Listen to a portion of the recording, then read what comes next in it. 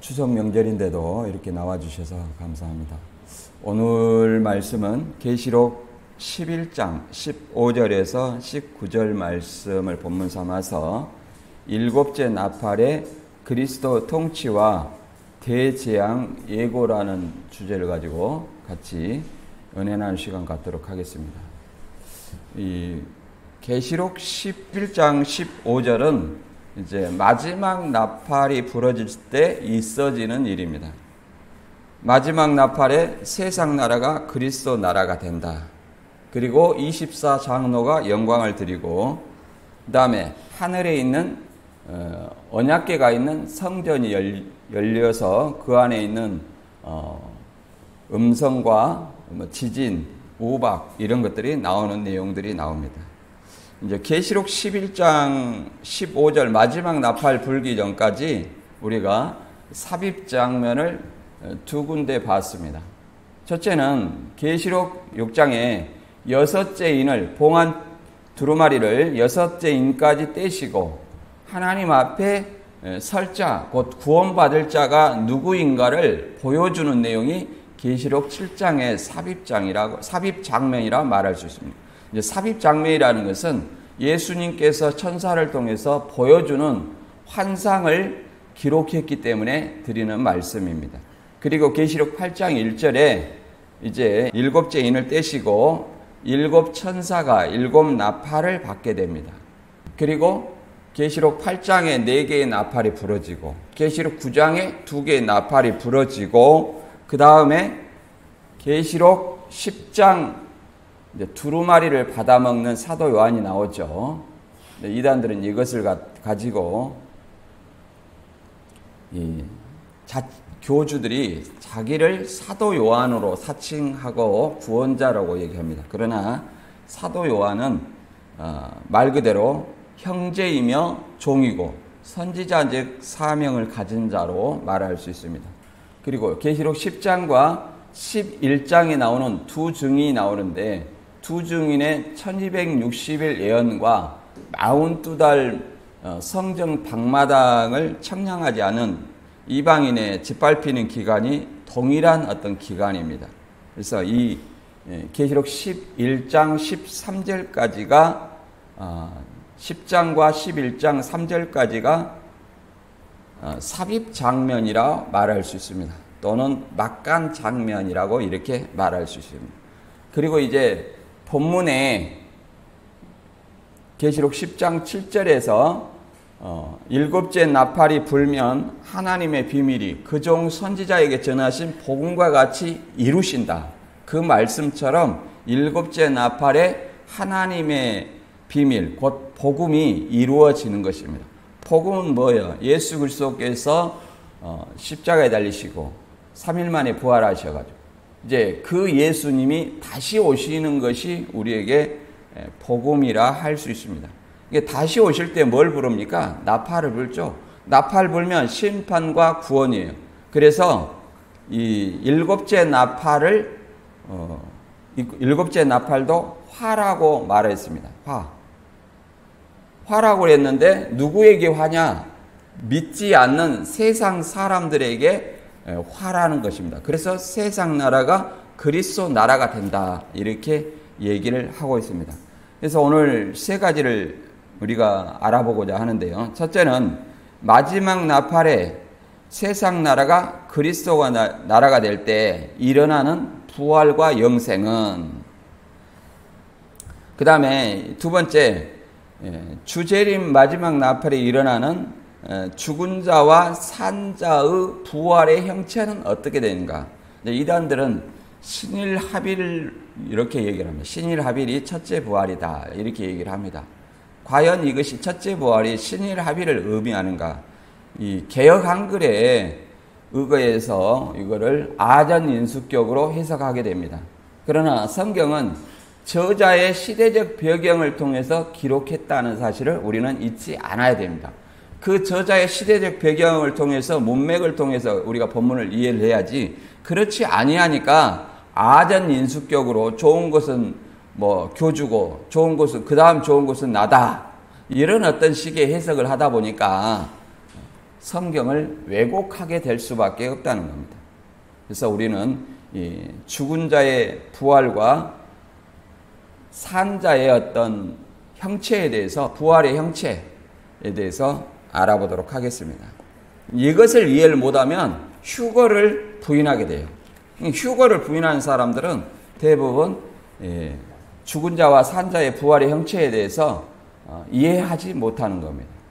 그리고 세 번째, 이제 하늘의 성전과 언약궤는 어떤 것을 의미하느냐, 이것에 대해서 알아보도록 하겠습니다. 본문 한번 읽어보겠습니다. 계시록 11장 14절에서 19절까지입니다. 둘째와는 지나갔으나 보라, 셋째와가 속히 이르는도다.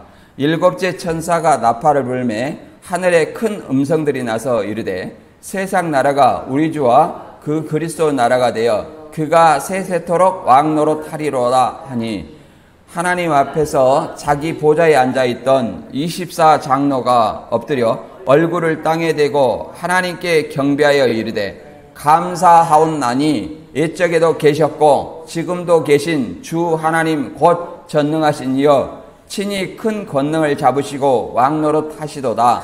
이방들이 분노하며 주의 진노가 내려 죽은 자를 심판하시며 종 선지자들과 성도들과 또 작은 자든지 큰 자든지 주의 이름을 경외하는 자들에게 상 주시며 또 땅을 망하게 하는 자들을 멸망시키실 때로소이다 하더라.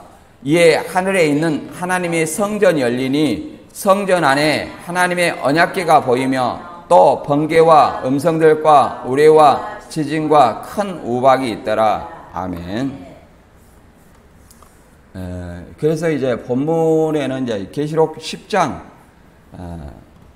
10장과 11장 13절까지 이제 삽입 장면이었는데, 이제 그 다음 마지막 나팔 부러질 때 있어지는 일을 설명하고 있습니다.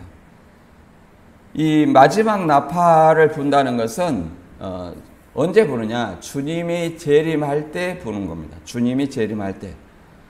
물론 어떤 첫 번째부터 여섯 번째도 마찬가지입니다. 나팔 부는 것은 주님이 재림할 때 불게 되는 거예요. 그래서 여섯 번째까지는 심판에 초점을 맞췄다 할 것 같으면 일곱 번째는 심판과 구원에 초점을 맞추어서 설명하는 겁니다.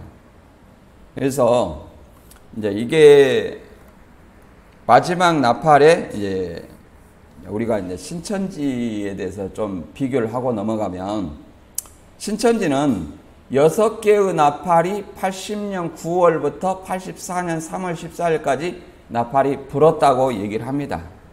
그리고 이 나팔이 신천지인이라는 거예요. 근데 이것이 신천지인이면 신천지인은 언제부터 존재해야 되냐면 84년 3월 14일이에요. 그런데 그 전에 6개의 나팔은 6개의 나팔을 신천지인이라고 하면 그 논리가 맞겠느냐. 84년 3월 14일부터 신천지인이 존재하는데 맞지 않다. 더 나아가서 신천지인이 좋아하는 거, 실상이냐 내놔봐라, 이렇게 자꾸 얘기를 합니다. 그래서 84년 3월 14일 마지막 나팔이 불었다고 얘기를 합니다.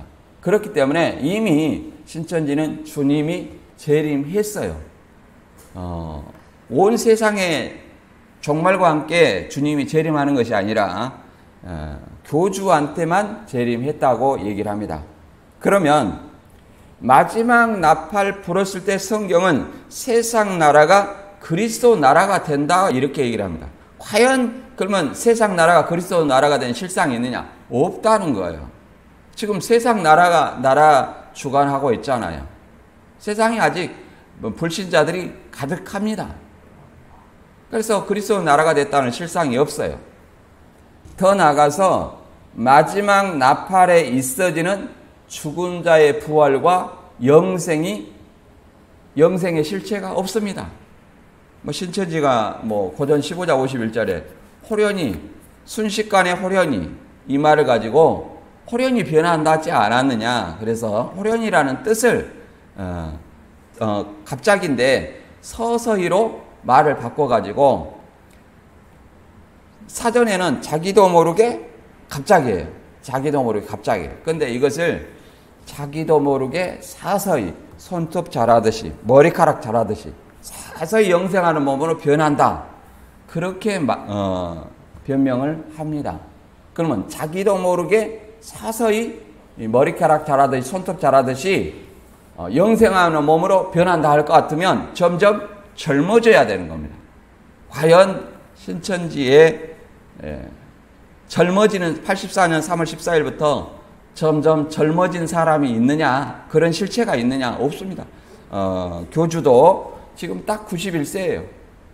그것만 봐도 걷다라는 것을 압니다. 그런데 거기에 미련을 못 벌어가지고 계시록은 봉안책 아닙니까? 이런 말이나 했다면 이게 말이 됩니까? 계시록이 봉안책이면은 왜 이 책의 연애를 인봉하지 말라고 얘기를 합니까? 이미 펼쳐졌다는 거예요. 예수님이 이겼기 때문에 그 책을 펼쳤다는 거예요. 예수님이 이기고 보좌에 앉았다는 겁니다. 예수님이 보좌에 앉은 때가 언제냐 이 말이에요.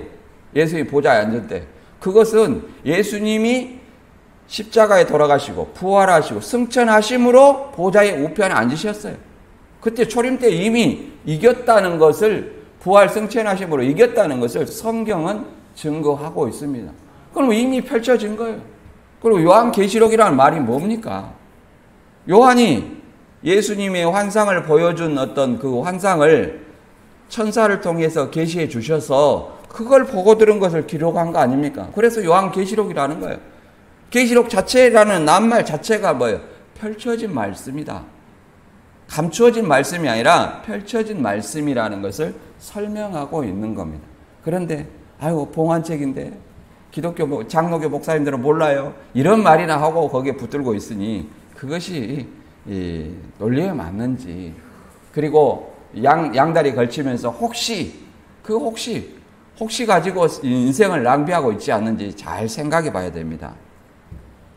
그리고 더 나아가서 신천지가 지성소라고 하는데 여기에 성전에 언약궤가 있으니까 언약궤가 있는 곳은 어디예요? 지성소죠. 이 땅에. 그런데 정작 신천지에서 실체라고 얘기하는 언약궤는 유재열 장막성전 그 교회에 언약궤라는 것을 만들어 가지고 단상에서 놓고 수시로 꺼내서 보여줬다고 하지 않습니까? 이거는 물론 모방이지만 무슨 언약궤를 이렇게 수시로 꺼내보고 할 수 있습니까? 그게 금메달, 은메달, 돈메달 이것이 언약궤입니까? 언약궤라는 것은 하나님이 모세에게 준 그 돌비가 있는 것을 언약궤라고 얘기를 합니다. 돌비가 있습니까? 그리고 만지면 죽어요. 그걸 수시로 만지고 뭐 꺼내봤고 상장로 넣어놓고 이랬다는 것이 무슨 언약궤가 되겠습니까? 그리고 언약궤가 있다는 것은 유재열 장막성전 교회가 지성소를 모방한 거 아닙니까? 근데 왜 첫 장막이라고 성소라고 얘기하냐? 바꿔 말해서 신천지가 지성소라면 왜 유재열이가 모방한 그 언약궤는 없느냐? 받은 언약이 없기 때문에 이만희 씨는 그렇게 언약궤를 만들 수가 없었겠죠. 그냥 말로만 지성소. 또 지성소라 한다면 성소가 매일 제사를 드리는데 지성소는 몇 번 드려요? 1년에 7월 10일 한 번만 제사를 드립니다. 1년에 한 번씩만 예배를 드려야죠. 지금 코로나 시대에도 날마다 새벽 말씀 또 수요일, 일요일 정기적으로 방송을 하고 있습니다. 이것이 무슨 지성소가 1년에 한 번 드리는 제사입니까? 전혀 논리에 맞지 않다. 그래서 마태 7장 21절에는 뭐라고 말합니까? 주여 주여 하는 자가 다 천국에 갈 것이 아니다 얘기를 합니다. 하나님의 뜻대로 하는 자가 천국 간다. 예수님의 재림 날에 주의 이름으로 선지자 노릇하고 주의 이름으로 귀신을 쫓고 주의 이름으로 많은 능력을 행했다 할지라도 불법자라고 얘기를 한다고 얘기를 합니다. 아버지의 뜻을 모르니까 로마서 10장 2절 3절에는 자기 의를 세우려고 하나님의 뜻을 복종치 아니한다고 합니다. 이것이 딱 누구에게 해당되는 말이겠어요? 교주들에게 해당되는 말입니다. 자기가 하나님의 계시를 받았다. 직통 계시를 이렇게 주장하는 사람들은 전부 적그리스도고 거짓 선지자라는 것을 우리는 알아야 됩니다. 예, 본문 말씀을 통해서 이제 하나하나 알아보도록 하겠습니다. 계시록 11장 14절 15절 읽어보겠습니다. 둘째 화는 지나갔을 때 보라 셋째 화가 속히 이르는도다. 일곱째 천사가 나팔을 불매 하늘에 큰 음성들이 나서 이르되 세상 나라가 우리 주와 그의 그리스도 나라가 되어 그가 세세토록 왕노릇 하시리로다 하니 이렇게 말합니다. 둘째 화는 지나갔으나 보라 셋째 화가 속히 이르다. 화라는 것은 누구한테 화냐? 하나님의 복음을 믿지 않는 이방인들이 어떤 화고, 더 나아가서 교회를 다녀도 외식하는 자, 불법자, 넘어지게 하는 자, 무늬만 교인, 이런 사람들에게 화가 있는 거예요. 더 나아가서 세 번째 세상 나라가 그리스도 나라가 되는 이 마지막 나팔에도 뭐라고 말합니까? 화라고 얘기를 합니다. 이것은 마지막 나팔에도 믿는 자에게는 구원이지만, 부활과 영생이지만 안 믿는 자에게는 영벌이라는 화가 미친다는 것을 설명하고 있습니다.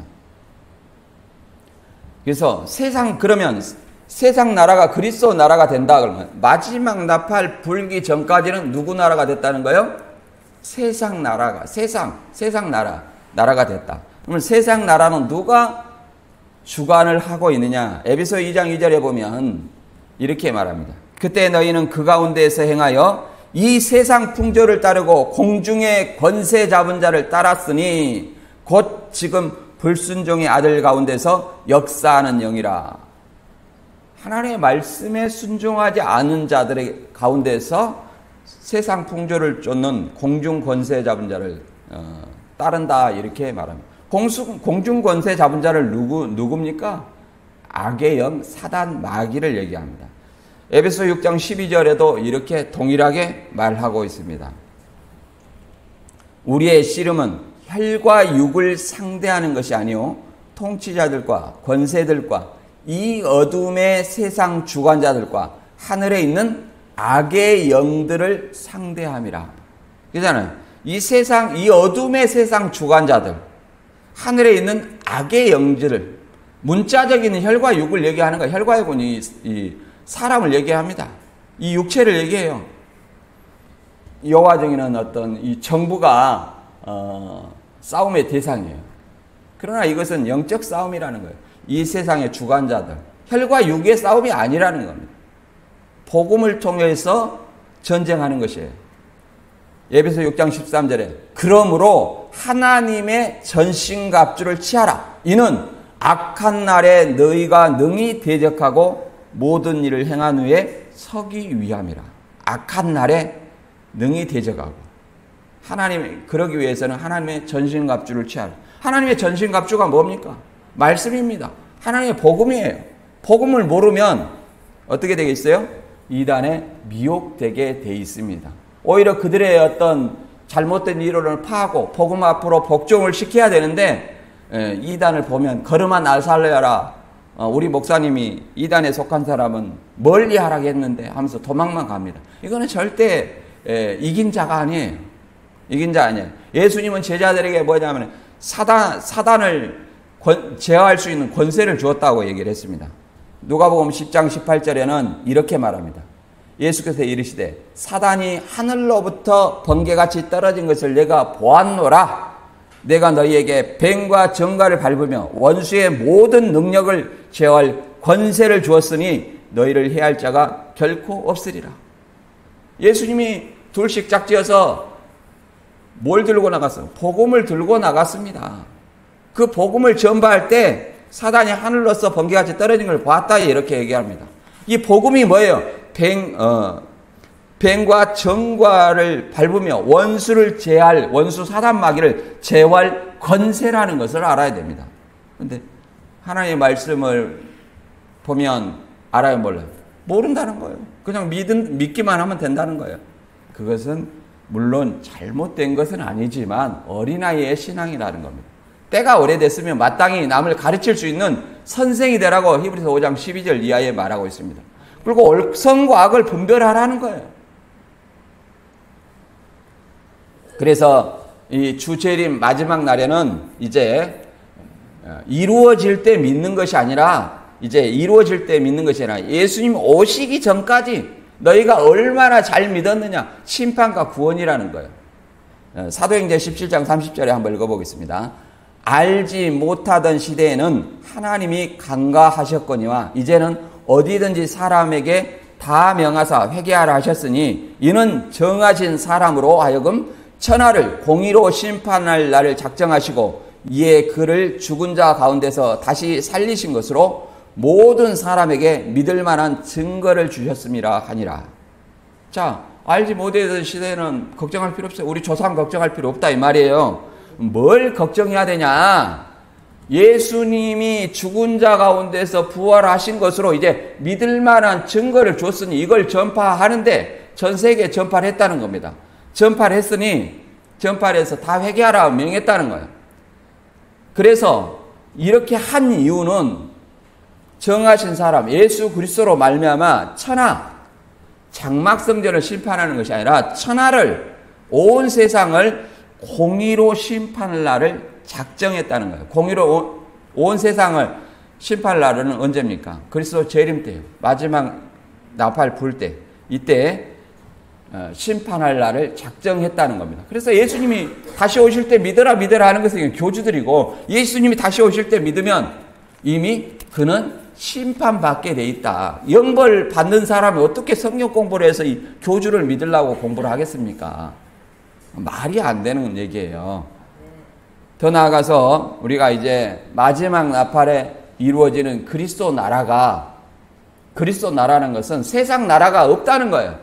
세상 나라가 없다는 것은 이제 이방인들은 세상 사람들은 다 어디에 갔어요? 영벌에 처해졌다는 거예요. 예수님이 재림 오면 마태 25장 31절 이하에 보면 양과 염소를 분리해가지고 양은 영생에, 염소는 어디에? 영벌에. 영벌 이미 받은 사람이 어떻게 성경 공부를 해갖고 교주로 알아보려고 하냐 이 말이에요. 말이 안 된다는 거예요.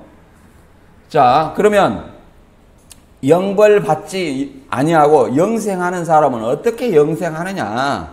고전 15장 51절에 읽어보면 부활과 영생이 나옵니다.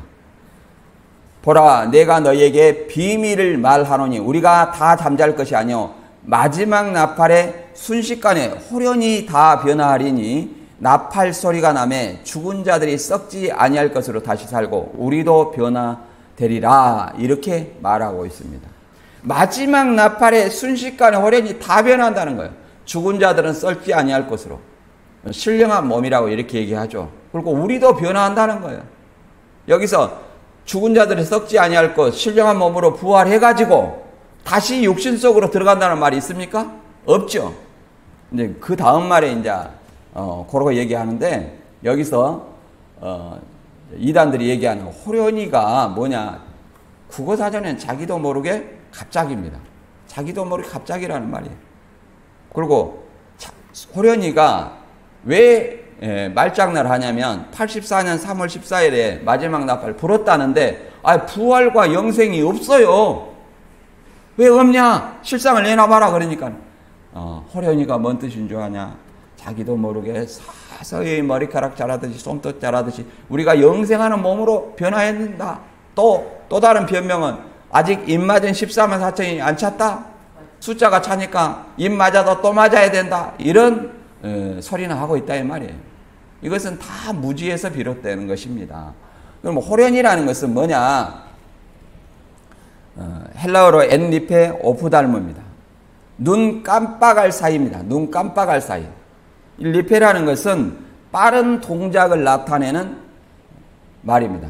한 번 던짐, 한 번 치기, 일순간, 눈 깜빡할 사이, 일순간, 눈 깜빡할 사이를 리페라고 말합니다. 그래서 엔리페 오프달미는 눈 깜빡할 사이라는 말로 해석할 수 있습니다. 눈 깜빡할 사이. 그러니까 순식간에 호련히가 아니라 순식간에 눈 깜빡할 사이. 대부분 이제 현대어 성경이나 세번역에는 이렇게 기록되어 있습니다. 순식간에 눈 깜빡할 사이. 이렇게 우리가 이해를 해야 됩니다. 그러니까 예수님이 재림하면 눈 깜빡할 사이에 죽은 자가 부활하고 우리 또 영생하는 몸으로 변하는 거예요. 그리고 끝나는 거예요. 믿지 않는 날 영벌로 처해지는 거예요. 그런데 그때부터 성경 공부해갖고 예수가 누구한테 왔느냐 이거 공부하는 거 아닙니다. 그런데 이제 이단들은 이 53절과 4절에 썩지 아니할 것을 입는다 이 말을 가지고 순교자 영을 덧입는다 얘기를 합니다. 예수님이 우리에게 약속한 것은 부활과 영생이에요. 이 두 가지밖에 없습니다. 그럼 53절과 4절에는 무슨 뜻인가 읽어보겠습니다. 이 썩을 것이 반드시 썩지 아니할 것을 입겠고 이 죽일 것이 죽지 아니함을 입으리로다. 이 썩을 것이 썩지 아니함을 입고 이 죽을 것이 죽지 아니함을 입을 때는 사망을 삼키고 이기리라. 기록된 말씀이 이루어지리라. 이렇게 말하고 있습니다. 이사야 25장의 그 기록된 말씀대로 영생이 이루어진다는 거예요. 그런데 썩지 아니할 것이 썩지 아니할 것을 입겠고 그러니까 썩지 아니할 것은 뭐냐? 순교자 영혼들이다 이렇게 얘기를 하는데 이건 그걸 입는다는 것은 그런 뜻을 얘기하는 것이 아닙니다.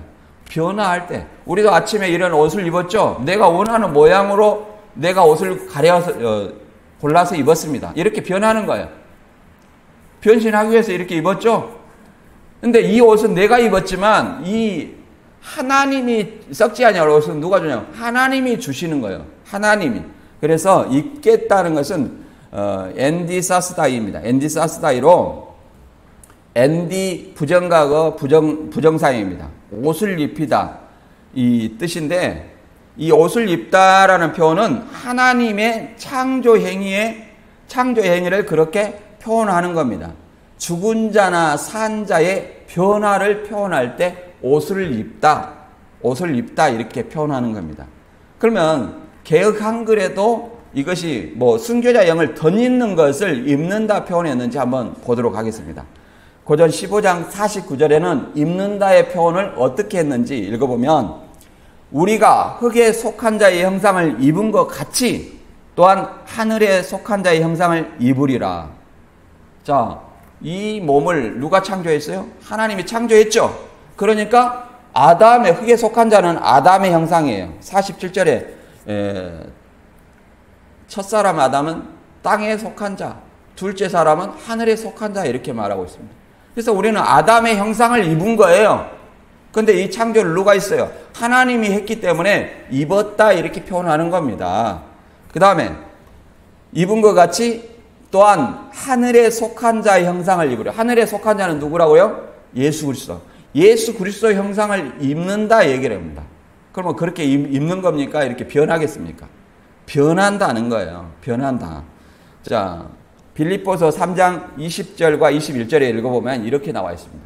우리의 시민권은 하늘에 있는지라 거기로서 구원하는 자 곧 예수 그리스도를 기다리노니 그는 만물을 자기에게 복종케 하실 수 있는 자 역사로 우리의 낮은 몸을 자기 영광의 몸의 형체와 같이 변하게 하시리라. 자, 아담 형상을 뭐라고 그랬어요? 낮은 몸, 종의 형상이라고 말하죠. 사람의 종의 형상. 근데 누구의 형상 같이?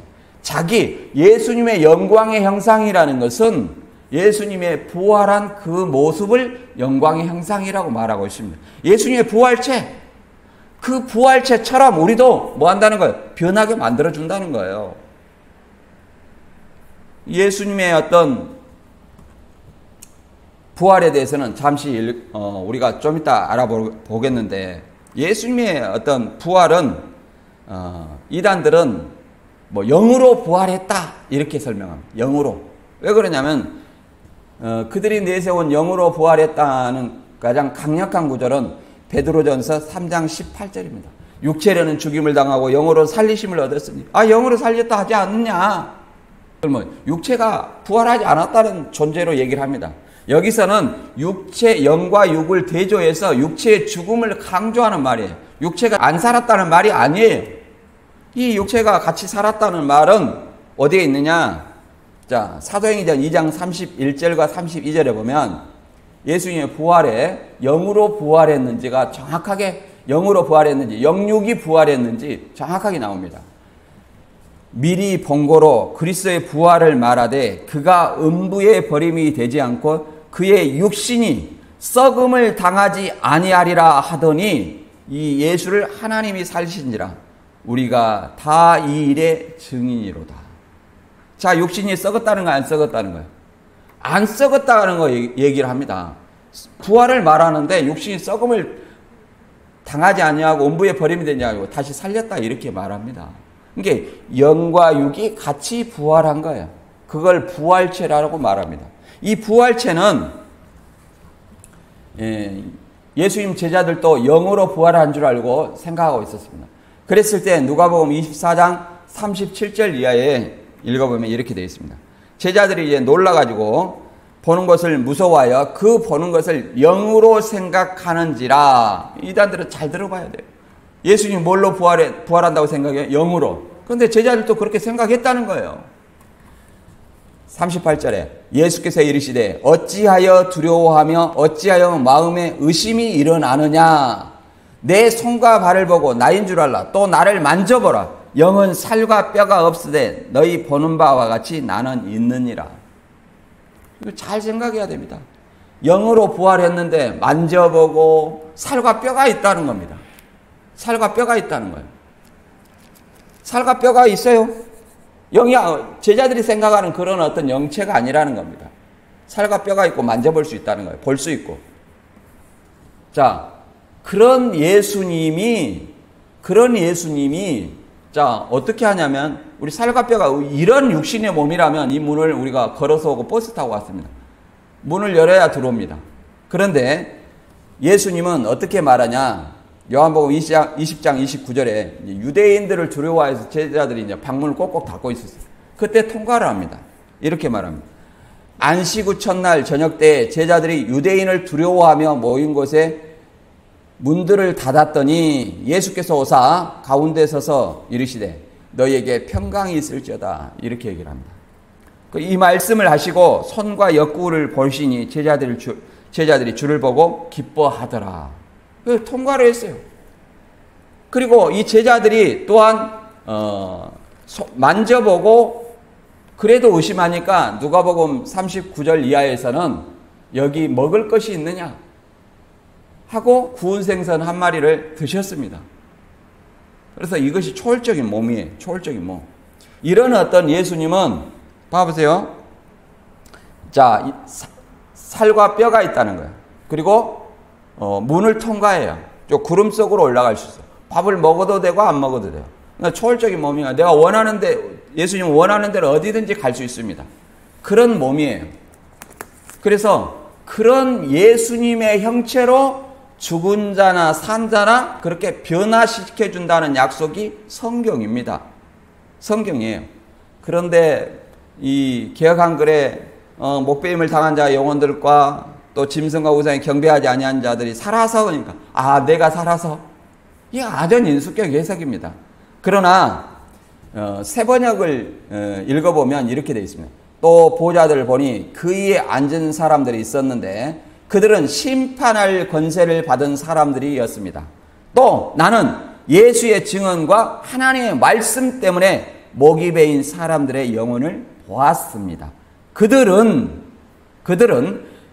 그 짐승이나 그 짐승 우상에게 절하지 않고 그들의 이마와 손에 그 짐승의 표를 받지 않는 사람들입니다. 그들은 살아나서 그리스도와 함께 1000년 동안 다스렸습니다. 뭐라고 말합니까?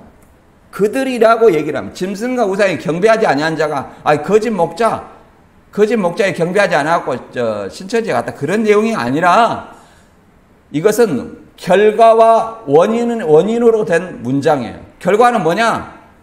목배임을 당했다는 거예요. 뭐 때문에? 짐승과 우상에 경배하지 않았다.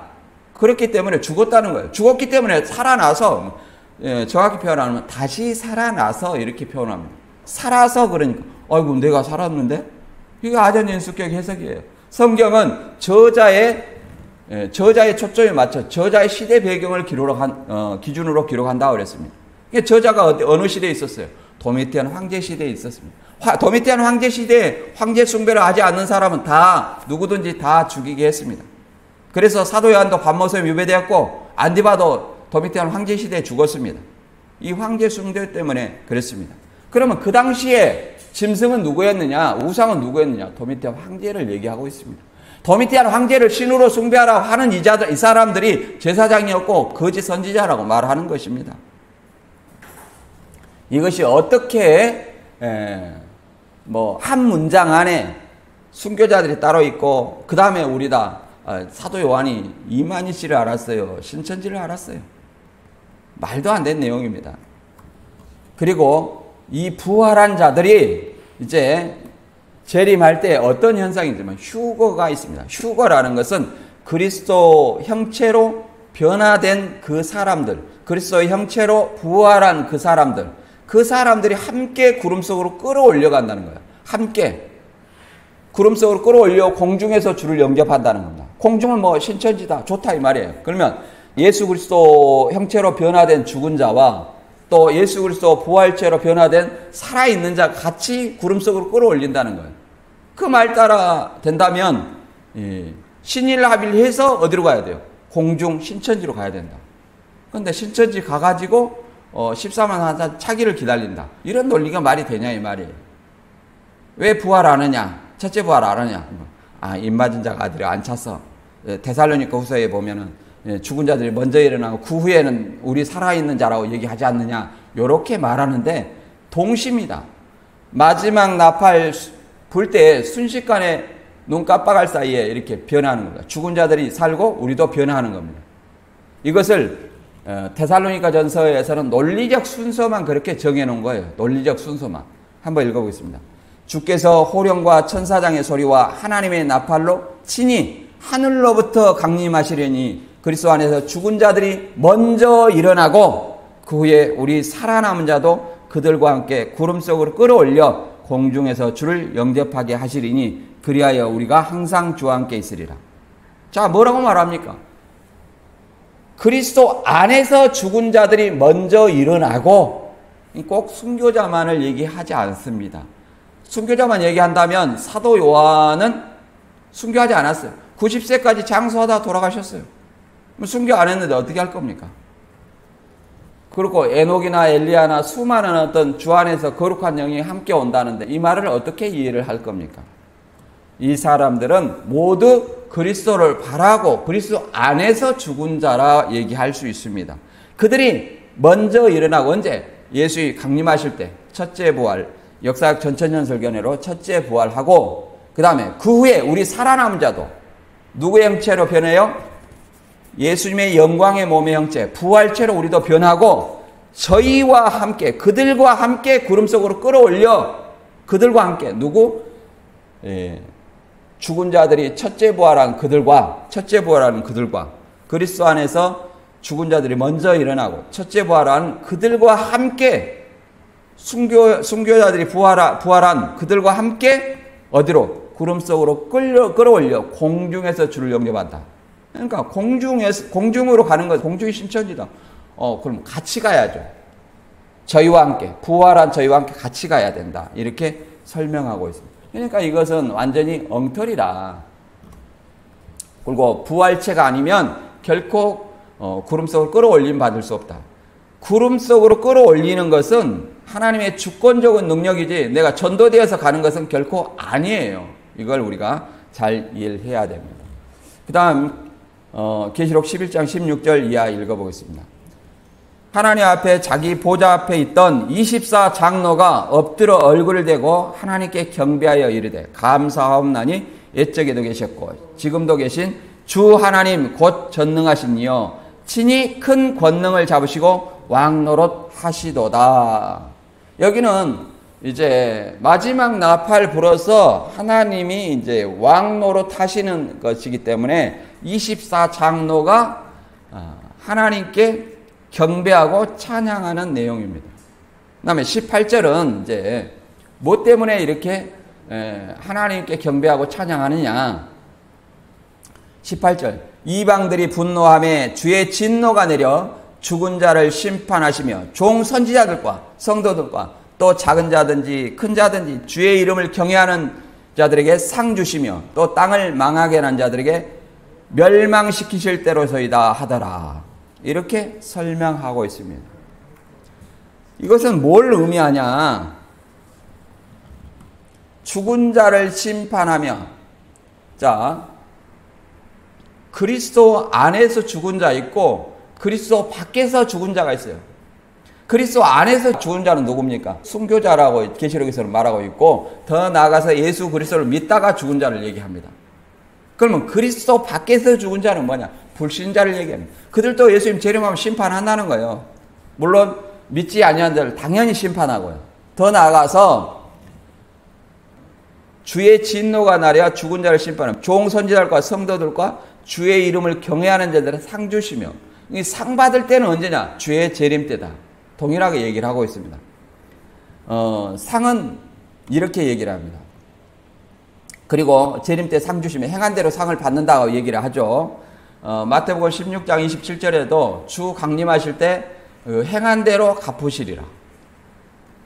이렇게 말하고, 고전 3장에도 행한 대로 상을 받는다 이렇게 설명하고 있습니다. 구원은 다 받아요. 그러나 뭐가 틀리냐면은 상급은 달라요. 상급은 일한 대로 받는 것입니다. 이것하고 차이가 있다는 것을 알아야 돼요. 자꾸 물론 천주교에서는 이제 공로를 강조하니까 그것을 비판하다가 공로를 무시하는데, 공로가 상급이에요. 사실은 구원의 문제하고 공로로 구원받는 것은 아닙니다. 공로로 구원받는 건 아니에요. 공로는 뭐냐? 상급이라고 고전 3장에 정확하게 기록되어 있습니다. 그러면 땅을 망하게 하는 자들을 멸망시킬 때도 이 재림 때라고 말하고 있습니다. 땅을 망하게 하는 자들은 땅에 거하는 자들, 전 세계 세상 사람들을 얘기하는 거예요. 이것을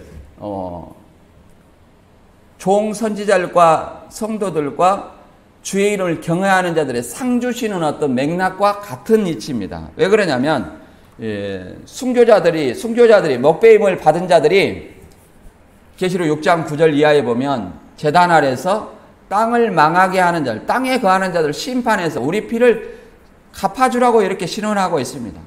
그 내용에 계시록 18장 20절에 이렇게 말하고 있습니다. 성도들과 사도들과 선지자들아, 그로 말미암아 즐거워하라. 하나님이 너희를 위하여 그에게 심판을 행하셨음이라 하더라. 그러니까 그들을 심판하는 거예요. 누구에게? 이제 땅에 거하는 자들은 무슨 불신자를 얘기하고, 그 불신자들을 주관하는 자들이 있어요. 이 세상 주관자들. 그 당시 로마 당시에는, 사도 요한 당시에는 도미티안 황제가 그 당시 주관자였죠. 이것을 계시록 19장 20절에 예수님이 재림하면서 19장에는 아마겟돈 전쟁으로 그들을 심판하는 겁니다. 그래서 짐승과 거짓 선지자를 심판한다고 이렇게 얘기를 합니다. 한번 읽어보겠습니다. 짐승이 잡히고 그 앞에서 표적을 행하던 거짓 선지자도 함께 잡혔으니 이는 짐승의 표를 받고 그의 우상에게 경배하던 자들을 이적으로 미혹하던 자라. 이 둘을 산채로 유황 불붙는 못에 던지우고. 예수님을 재림하면 불신자는 당연히 영벌을 받는 거예요. 마태 25장 31절에 양과 염소의 비유처럼 영생과 영벌이에요. 무슨 영벌 받은 자가 뭐 교주한테 예수님이 왔네, 올 수도 없으니까 만져보고 볼 수 있고 공간을 초월하는 그런 몸이 어떻게 그 사람 안에 들어갈 수 있냐 이 말이에요. 없다 이 말이에요.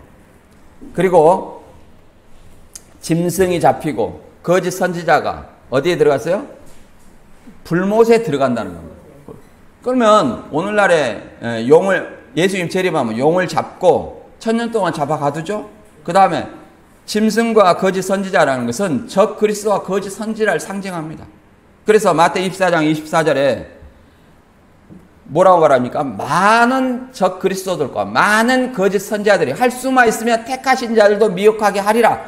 이런 어떤 거짓 선지자들과 적 그리스도들이 예수님 재림하심으로 끝나는 거예요. 불못에 들어가는 거예요. 이단들은 84년 3월 14일 날에 마지막 나팔 불었는데 왜 용을 잡았다는데 왜 이렇게 거짓 선지자들이 많이 있냐, 적 그리스도들이 많이 있냐 그러니까 아직 쫄병이 남아있어요. 쫄병은 무슨 쫄병입니까? 불신자까지 완전히 불못에 들어가는데 완전히 이것은 오욕이다. 그 자체가 미혹이에요. 그 다음 계시록 11장 19절에 이제 하나님의 성전 언약궤에 대해서 알아보도록 하겠습니다. 혹자는 이것을 문자적인 어떤 성전이라고 얘기를 합니다. 그러나 문자적인 성전은 AD 70년에 이미 무너졌어요. 또 성전 안에 있는 언약궤는 BC 586년에 바벨론 침공 때 이미 예루살렘 성전이 무너졌을 때 외경에 의하면 에레미야가 언약궤를 숨겼다고 얘기를 합니다. 이게 나와 있지 않아요. 외경은 뭐냐면은 마카비서 2장 4절에서 8절에 에레미야가 이렇게 숨겼다고 나옵니다. 그 에레미야를 언약궤가 어디에 발견된 적이 없어요. 에레미야가 숨겼다 하는데 누가 찾았다는 사람 있습니까? 없죠. 그래서 이 성전은 문자적인 성전이 아니다. 제3성전 이런 얘기하면 안 됩니다. 성전은 예수님과 성도들의 성전이에요. 읽어보겠습니다. 계시록 11장 19절. 이에 하늘에 있는 하나님의 성전이 열리니 성전 안에 있는 하나님의 언약궤가 보이며 또 번개와 음성과 우레와 지진과 큰 우박이 있더라. 이게 문자적인 성전이 아니라는 것을 알았어요. 그러면 이 성전은 뭐냐? 언약궤가 있는 성전은 하늘의 성전입니다. 계시록 15장에 하늘의 성전이 증거 장막 성전이에요. 그 하늘의 성전은 계시록 21장에 보니까 새 예루살렘 성전이고 그 성전은 누구라고 그랬어요? 하나님과 예수님이 성전이라고 얘기를 합니다. 그 새 예루살렘 성 안에 성전을 보지 못하였으니 이는 하나님과 어린 양이 그 성전이라 이렇게 얘기를 했습니다. 그 하나님 성전 대신 하나님과 예수님 언제 오셔요? 새 예루살렘 함께 재림 때 오시는 것입니다. 그러니까 시간 순서로 보면 성경이 맞질 않아요. 시간 순서로 보면. 그리고 이 하늘 성전은 누구를 통해서 들어가냐면 사람이 죄를 사해 준다거나 교주를 통해서 하늘에 간다거나 이런 건 없습니다. 오직 요한복음 14장 6절에도 하나님 나라 가는 것은 예수님이에요. 내가 곧 길이요 진리요 생명이라 얘기를 합니다. 예수님을 통하지 아니하고는 아버지께로 올 자가 없다고 얘기를 합니다. 오늘날 많은 어떤 교주들이 자기를 통해야만 그 하나님 나라 갈 수 있고 하나님을 믿을 수 있다 이런 말을 하는 것은 절대 성경적이 아닙니다.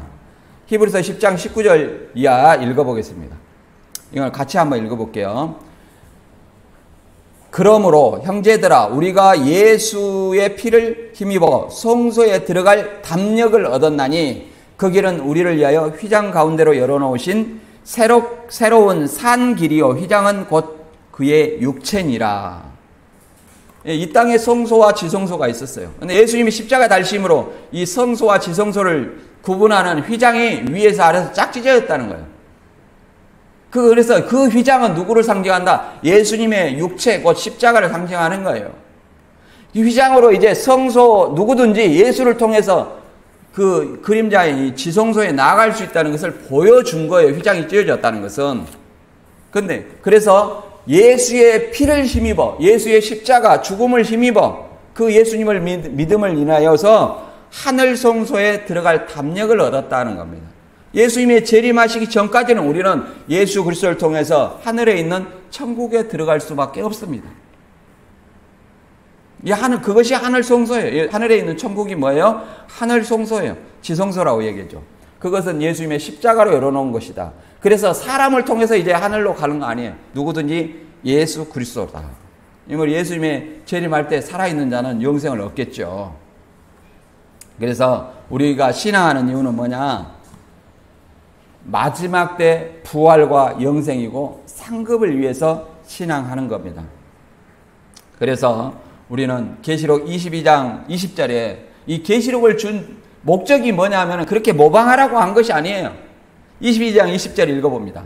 이것들을 증거하신 이가 가라사는 내가 진실로 속히 오리라 하시거늘 아멘 주 예수여 오시옵소서 주 예수의 은혜가 모든 자들에게 있을지어다.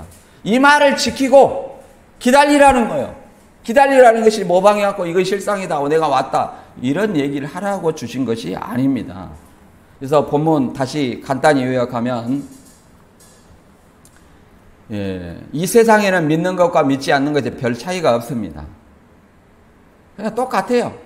겉으로 보기에는. 그러나 마지막 날 주 재림 때에 예수님의 통치권이 넘어가는 그 순간 불신자들은 심판받아 영벌하고 믿는 자에게는 부활과 영생, 휴거를 통해서 그리스도와 함께 천년 동안 통치한다는 성경의 약속이 있습니다.